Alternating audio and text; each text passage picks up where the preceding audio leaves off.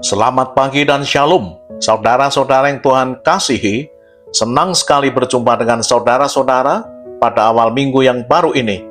Dan saya berharap saudara-saudara tetap hidup dalam rancangan, kehendak, pimpinan dan penyertaan Tuhan, atau hidup dalam RKPP Tuhan.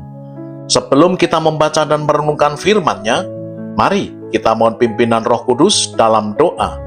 Bapa yang penuh kasih dan rahmat, kami bersyukur untuk satu minggu yang telah kami lalui bersama-Mu, dan mengawali hari baru pada sepanjang minggu ini, kami mohon pimpinan Roh Kudus melalui firman-Mu, sehingga kami dapat mengerti dan menjadi pelaku firman Tuhan. Dalam nama Tuhan Yesus, amin. Tema minggu ini, melangkah dengan iman di tengah badai. Matius 14 ayat 22 hingga 33. Demikian firman Tuhan. Sesungguhnya engkau anak Allah. Matius 14 ayat 33. Saudara-saudara yang Tuhan kasihi, sekarang kita akan merenungkan bagian kedua dari perikop ini. Matius 14 ayat 22 hingga 33. Setiap orang pasti pernah menghadapi badai hidup yang dapat mengguncang iman. Menariknya, badai yang dialami para murid dalam perikop ini bukan terjadi karena para murid tidak taat. Justru sebaliknya, mereka berada di tengah badai karena menaati perintah Yesus. Peristiwa ini mengajarkan bahwa Tuhan tidak selalu menjauhkan kita dari badai hidup, tetapi Ia hadir di tengah badai untuk melatih iman kita agar bertumbuh kuat. Mengapa? Mari kita gali lebih dalam perikop ini. 1. Tuhan kadang memimpin kita ke dalam badai, ayat 22 hingga 24. Sesudah itu Yesus segera memerintahkan murid-muridnya naik ke perahu. Kata memerintahkan menunjukkan bahwa para murid berada di perahu atas kehendak Tuhan, dan para murid taat. Namun justru di tengah ketaatan itu, mereka menghadapi angin sakal, yakni angin yang berlawanan dengan arah perahu, sehingga menghambat jalannya perahu. Banyak orang berpikir, kalau saya taat kepada Tuhan, hidup saya akan berjalan lancar. Namun Alkitab kita tidak pernah menjanjikan hal seperti itu. Yusuf taat, tetapi menjadi budak. Daniel taat, tetapi masuk ke gua singa. Paulus taat, tetapi dipenjara. Para murid taat, tetapi diterpa badai. Ketaatan tidak menjamin hidup tanpa badai, tetapi ketaatan menjamin penyertaan Tuhan di tengah badai. Mengapa Tuhan mengizinkan badai? Untuk menguji iman, untuk mendewasakan karakter, untuk belajar bergantung penuh kepada Tuhan, untuk mengenal Tuhan lebih dalam. 2. Tuhan melihat kita, meski kita tidak melihatnya. Ayat 23 hingga 25. Setelah menyuruh murid-murid berangkat, Yesus naik ke bukit untuk berdoa. Markus 6 ayat 48 mencatat bahwa Yesus melihat betapa payahnya mereka mendayung karena angin sakal. Mereka merasa sendirian, padahal Yesus memperhatikan mereka. Bukankah ini sering terjadi dalam hidup kita, bukan? Kita seolah bergumul sendirian dan Yesus tidak peduli. Kita menangis meratap, tetapi keadaan tidak berubah. Kita merasa Tuhan diam saja dan membiarkan kita stres.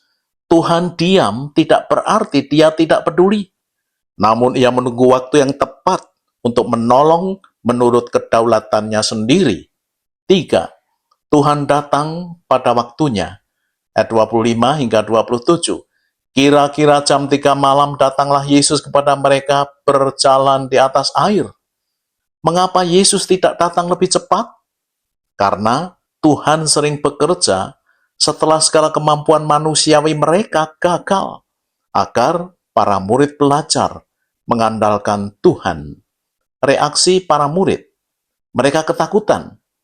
Mereka mengira Yesus adalah hantu. Kata Yesus, tenanglah, aku ini, jangan takut. Aku ini dalam bahasa Yunaninya ego eimi. Ungkapan ini mengingatkan nama Allah dalam Keluaran 3 ayat 14. Aku adalah aku. ketika ia mengatakan ego eimi disertai tindakan berjalan di atas air, membuat para murid mengerti ungkapan Yesus itu. Seolah Yesus berkata, "Aku, Allah yang berkuasa itu, ada di sini." Sebelum meredakan badai, Yesus meredakan ketakutan para murid terlebih dahulu. 4. Iman sejati berani melangkah keluar dari perahu. Ayat 28 dan 29, Petrus berkata, "Tuhan, apabila Engkau itu, suruhlah aku datang kepadamu." Yesus menjawab, "Datanglah." Narasi Matius adalah, maka Petrus turun dari perahu, sementara badai masih mengamuk. Turun dan keluar dari perahu, berarti Petrus harus melangkah dengan iman di tengah badai. Selama Petrus berada di perahu, ia tidak akan pernah mengalami mujizat berjalan di atas air. Iman memerlukan langkah ketaatan untuk keluar dari perahu. 5. Iman sejati tetap fokus kepada Yesus, ayat 30 dan 31. Tetapi ketika dirasanya tiupan angin, takutlah ia. Selama Petrus fokus kepada Yesus, ia tetap berjalan di atas air.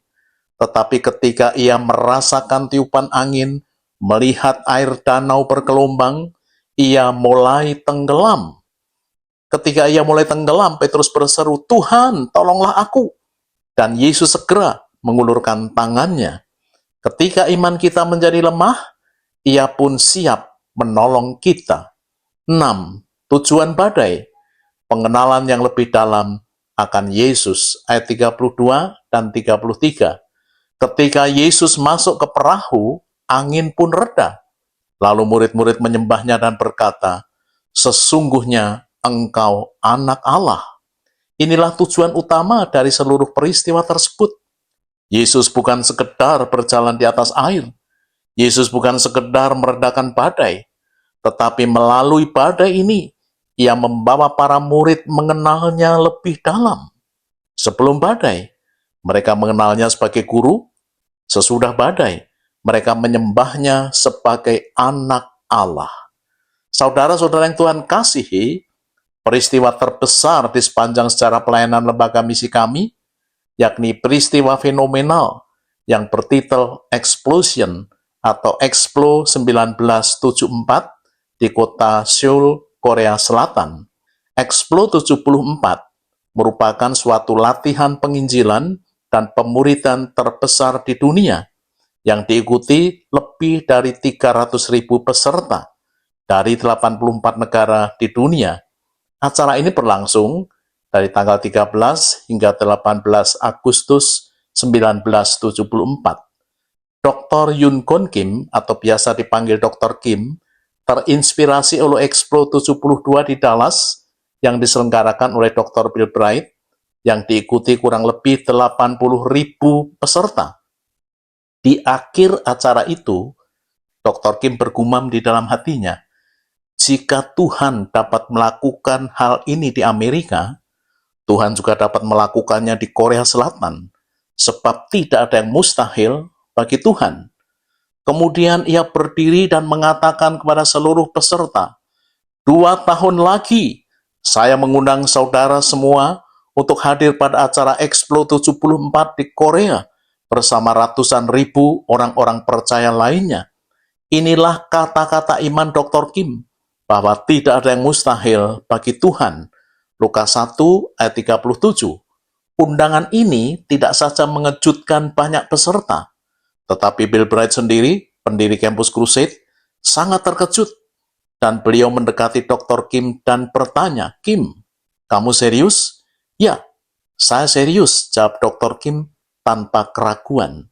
Kembali ke Korea, ia kumpulkan rekan-rekan sekerjanya dan menyampaikan visi misi Explo 74 dengan target spektakuler, 300.000 peserta. Target yang benar-benar spektakuler. Bagaimana reaksi rekan-rekannya?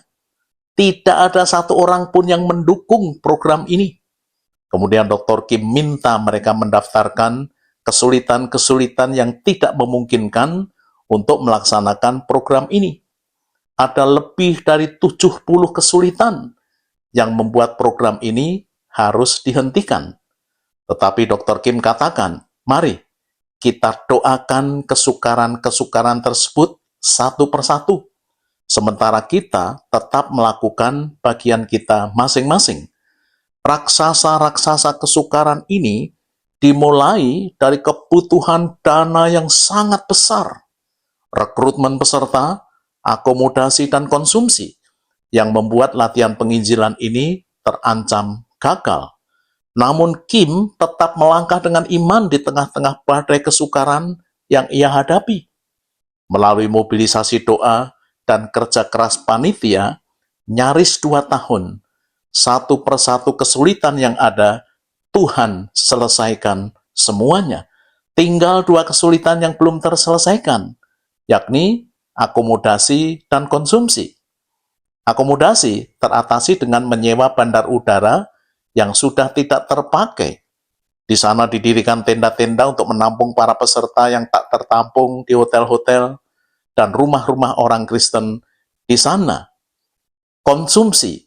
Ada seorang insinyur anggota panitia yang menciptakan dandang raksasa untuk 1 kali masak nasi dapat mencukupi untuk ribuan peserta.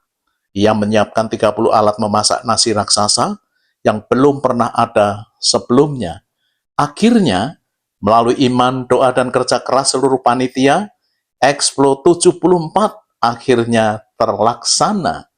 Jumlah peserta lebih dari 300.000 orang, terdiri dari para pendeta, penginjil, pemimpin-pemimpin gereja, pengusaha, jemaat awam, dan para mahasiswa dari 84 negara yang dilatih dalam penginjilan dan pemuridan selama 5 hari.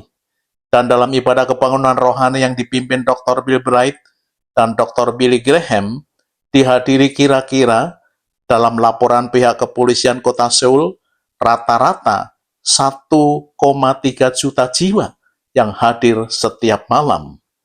Sumber kesaksian ini saya baca dari buku Come Help and Change Our World oleh Bill Bright 1985 dan Amazing Faith, biografi Bill Bright oleh Michael Richardson 2000. Bersyukur, saya pernah 2 kali bertemu dengan Dr. Kim di Bangkok, dan istri saya pernah bertemu sekali di Seoul, Korea, sebelum beliau meninggal. Terpujilah Tuhan Yesus. Saudara-saudara yang Tuhan kasihi, ada pelajaran berharga yang dapat kita petik. 1.